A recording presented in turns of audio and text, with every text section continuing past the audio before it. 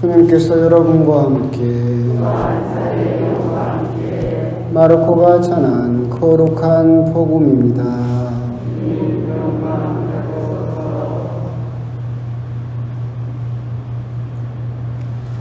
그때 성령께서는 예수님을 광야로 내보내셨다. 예수님께서는 광야에서 40일 동안 사탄에게 유혹을 받으셨다. 또한 들짐승들과 함께 지내셨는데 천사들이 그분의 시종을 들었다. 요한이 잡힌 뒤에 예수님께서는 갈릴레아에 가시어 하나님의 복음을 선포하시며 이렇게 말씀하셨다. 때가 차서 하나님의 나라가 가까이 왔다. 회개하고 복음을 믿어라. 주님의 말씀입니다.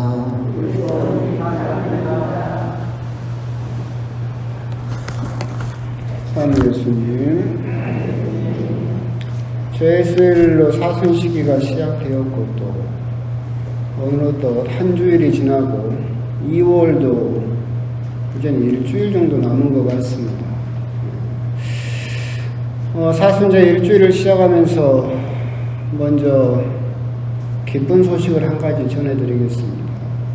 무슨 것이 기쁘냐면 교황님께서 사순 담화문을 발표하셨습니다. 기쁘지 않으십니까? 교황님께서 우리들에게 말씀을 건네셨다는데 왜 그렇게 기뻐하십시오? 주보 가운데를 펴시면 교황님께서 보다시피 우리는 예루살렘으로 올라가고 있다. 이게 본문은 아니고 요약본입니다. 집에 가셔서 한번 찬찬히 들여다보시면 될 것이고, 여기서 다 읽기보다는 그냥 간단하게 말씀드리면 사순 시기를 살면서 믿음, 희망, 사랑, 믿음, 희망, 사랑은 향주, 삼덕, 대신덕, 그러니까 우리가 인간 대 인간으로서 가져야 되는 덕 이전에 먼저 하느님께 가져야 되는 윤리 체계를 대신덕, 향주, 삼덕이라고 하는데, 그것을 믿음, 희망, 사랑, 옛날엔 신망이라고 그랬죠. 하느님께 우리가 가져야 되는 그런 아주 중요한 덕목이죠. 이걸 중심으로 해서 지금 코로나 상황에서 우리가 다시 한번 그 안에서 믿음을 가지고 희망을 찾으며 사랑을 실천하는 그런 사순 시기를 살아보자라고 하시는 것이 교황님의 큰 또 뜻인 것 같습니다. 그렇기 때문에 항목도 3개로 나눠져 있어요. 그래서 믿음에 대해서 이야기를 하시면서, 믿음은 우리가 그 진리를 받아들이고 하느님과 모든 형제자매 앞에서 그 증인이 되도록 우리를 촉구합니다. 그리고 그 믿음을 가지기 위해서는 가장 무엇보다도 하느님의 말씀에 우리의 마음을 열어야 한다라고 이야기를 하고 계십니다. 그렇겠죠. 믿음을 가지기 위해서 우리가 가장 먼저 수행해야 되는 것, 가장 먼저 가져야 되는 것은 뭐냐면 하느님께서 우리들에게 건네시는 말씀에 마음을 열고 받아들이는 것, 그것이 항상 먼저 수반돼야 될 것이고, 그런 의미에서 사순 시기에 우리들이 성경에 대해서 조금 더 관심을 갖는 것도 필요하겠다라는 생각이 듭니다. 두 번째는 이제 희망에 대해서 이야기를 하시죠. 그래서 이제 당연히 희망에 대해서 사마리아 여인이 청했던 그런 생수, 목마른 사람들에게 목을 채워주는 그런 희망에 대해서 이야기를 하시지만, 근본적으로는 마지막 항목에는 그게 더 중요한 것 같습니다. 우리가 빈번히 착취해온 당신의 피조물들을 계속해서 끈기 있게 돌보시는 하느님께로 되돌아서는 희망의 시기입니다. 그것은 결국 이번 코로나 역시도 우리 인간들이 자연을 너무나 착취를 했죠. 쥐어짜서 그렇게 착취를 하고 있는데, 그럼에도 불구하고 하느님의 피조물, 이 동물들이나 이런 생태계를 다시 한번 돌아보고 되돌아보면서 우리가 그 안에서 새로운 희망을 발견해야 되는 시기가 바로 이 사순 시기다라고 말씀을 드리고 교황님께서 말씀을 하고 계시는 것이죠. 지금 한번 시작된 이 소비사회가 과연 되돌아설 수 있겠느냐, 아니면 멈춰설 수 있겠느냐라고 물어본다면 불가능할 겁니다.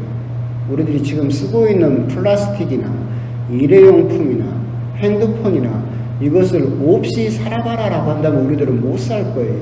근데 이런 상황에서 그렇다면 이걸 우리가 멈추어 서지 못한다라고 한다면 제2의 코로나, 제3의 코로나가 계속해서 우리를 찾아오게 될 것이고, 그렇다면 우리들은 여기에서 우리 후손들을 생각해서라도 우리가 생태계를 생각하고 피조물을 돌봄으로써 그 안에서 우리가 후손들에게 물려줄 수 있는 희망을 찾아내야 되는 시기, 이것이 또한 희망 부분에서 교황님께서 이야기하고자 하시는 것 같습니다. 그리고 세 번째는 이제 신망의 세 번째, 사랑에 대해서 이야기를 하고 계시고, 사랑은 아버에서 이야기하신 하느님의 말씀에 마음을 열어서 받아들인 믿음, 그리고 생태계와의 돌봄을 통해서 발견한 그 희망을 실천하는 것, 표현하는 것, 이것이 바로 사랑이다라고 이야기를 하시면서 이 코로나 상황에서 고통받고 있거나 소외와 두려움을 느끼는 이들을 돌보는 것, 믿음과 희망을 사랑으로 그 사람들에게 표현하는 것, 이것이 실천하는 것이 사순 시기에 필요하다라고 이야기를 하고 계시는 것이고, 우리 삶의 모든 순간은 믿고 희망하고 사랑하는 시간입니다라는 그 교황의 말씀이 참 눈에 들어오는데, 우리 삶의 모든 순간에서 믿을 수 없다면, 희망할 수 없다면, 사랑할 수 없다면 과연 우리가 그것을 살아있다라고 할 수 있겠는가? 그리고 나의 믿음과 나의 희망과 나의 사랑을 위해서 다른 사람의 희망, 다른 존재의 그런 사랑을 뺏어오는 것이 정당하겠는가라는 부분에 대해서도 우리들 멈춰서서 돌아볼 필요가 있겠다라고 하는 겁니다. 결국 교황님께서 사순 시기에 전 세계 신자들에게 말씀하고자 하시는 것은 하느님을 향한 질서를 다시 되찾는 거죠.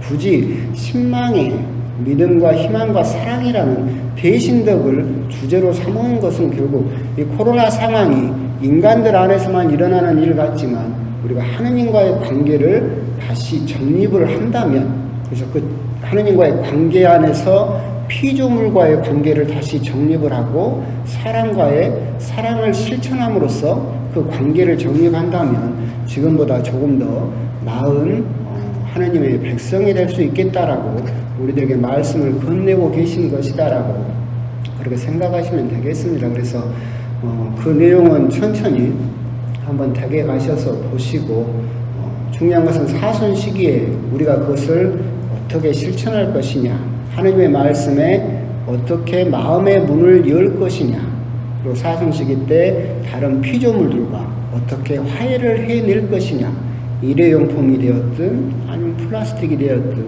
그런 소비를 조금 줄임으로써 다른 생명을 배려하는 그런 실천을 어떻게 할 것이냐, 그리고 사순 시기에 단식과 금육을 통해서 우리가 절약한 부분을 가난한 사람들과 어떻게 나눌 것이냐, 이런 부분에 대해서 한번 사순 시기에 한번 곰곰이 또 생각해 보시는 그런 시기가 되었으면 좋겠다라고 하는 것이 교황님의 공고이고 여러분의 건네시는 말씀이다라고 그렇게 또 생각을 하시면 되겠습니다.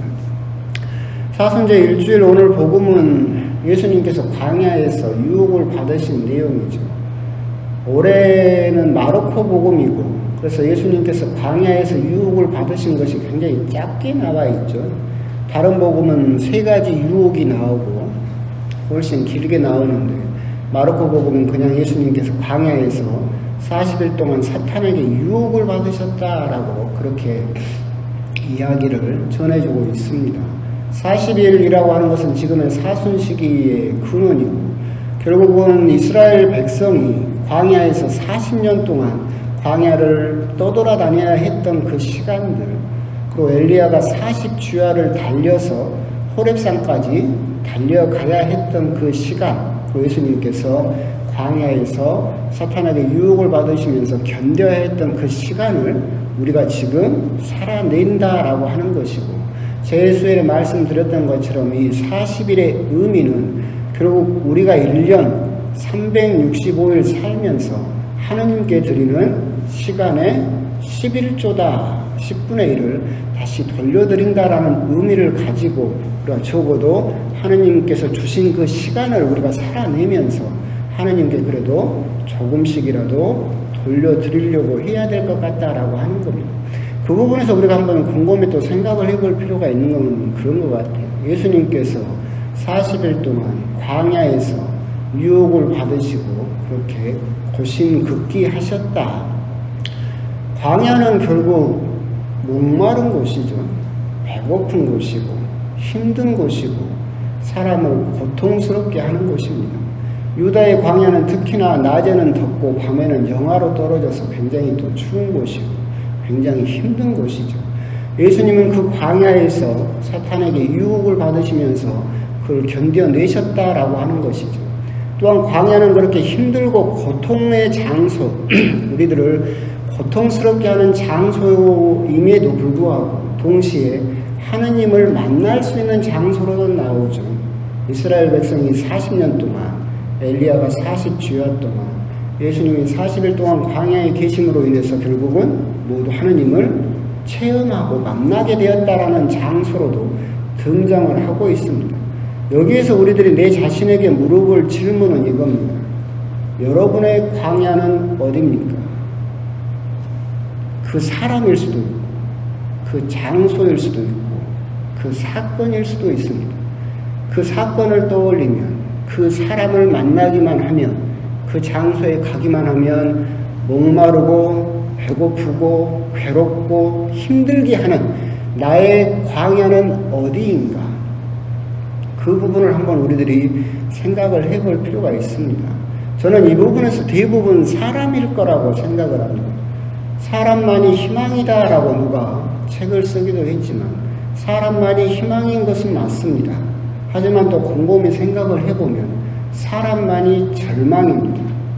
우리들에게 희망을 주는 것은 사람이지만 또한 우리들을 절망에 빠뜨리는 것 역시도 결국은 사람이죠. 그런 사람 때문에 목마르고 사람 때문에 괴롭고 사람 때문에 절망하게 됩니다. 그 사람이 바로 나의 광야죠. 여러분들의 광야는 과연 누구이며 어디인가? 그 부분을 우리는 한번 곰곰이 생각을 해볼 필요가 있을 것 같아요. 내가 계속해서 병 구안을 해야 되는 늙으신 부모님, 시부모님일 수도 있고 평생을 살면서 내 속을 썩인 남편일 수도 있고 부인일 수도 있고 지금까지도 내 말을 들어주지 않는 자식일 수도 있습니다. 그 사람을 볼 때마다 힘들고 괴롭고 죽을 것 같은 고통을 나에게 주는 그 광야는 과연 어디인가?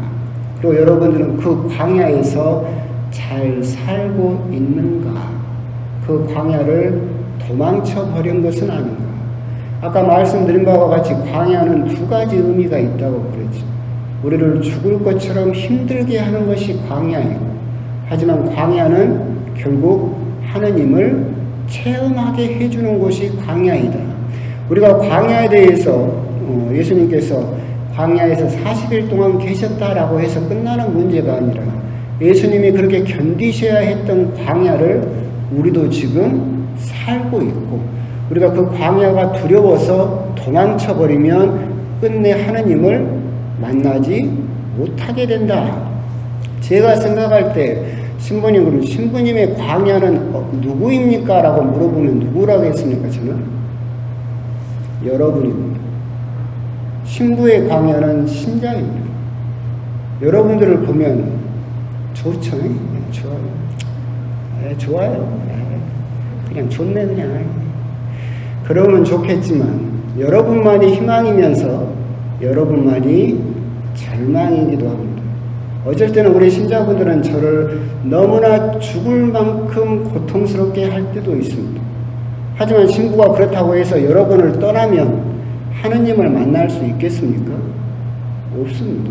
여러분이 저의 광야이고 제가 견뎌야 되는 여러분들이 나에게 주는 그 광야가 결국은 제가 짊어지고 가야 되는 십자가이며 광야라고 저는 생각을 합니다. 그렇다면 여러분들의 광야는 누구인가? 한번 이 시간에 곰곰이 한번 생각을 해보셨으면 좋겠고, 그렇다면 그 광야를 계속해서 미워하고 도망치고 싶고 버려버리고 싶다라고 한다면 끝에 가서도 여러분은 하느님을 만나지 못하게 될 것이다.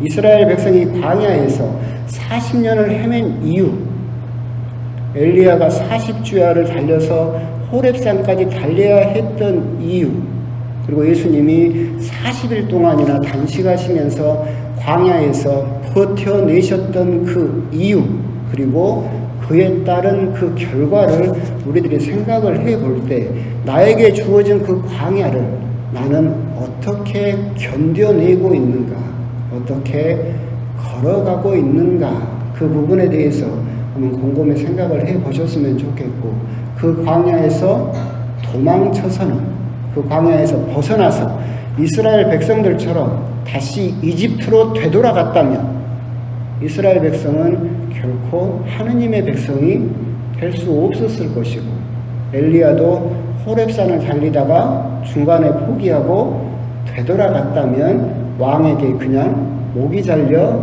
죽었을 것이고, 예수님도 광야를 포기하셨다면 당신의 공생활을 시작하지 못하셨을 것이다 라는 걸 생각을 한다면, 여러분들의 주어진 하느님께서 견뎌야 된다라고 내리신 그 광야를 여러분들은 과연 어떻게 견디고 어떻게 걸어가고 있는가, 그 부분에 대해서 한번 곰곰이 생각을 해 보셨으면 좋겠고, 너무 힘들어하지 마시고 그 광야를 다 걷고 나면 여러분들은 하느님을 만나게 될 것이다 라는 그 희망을 가지고 믿음 안에서 그 광야를 버텨내셨으면 좋겠다라는 말씀을 드리고 싶습니다. 여러분들의 광야는 과연 누구인가 한번 곰곰이 또 생각을 해 보시기 바랍니다. 아멘.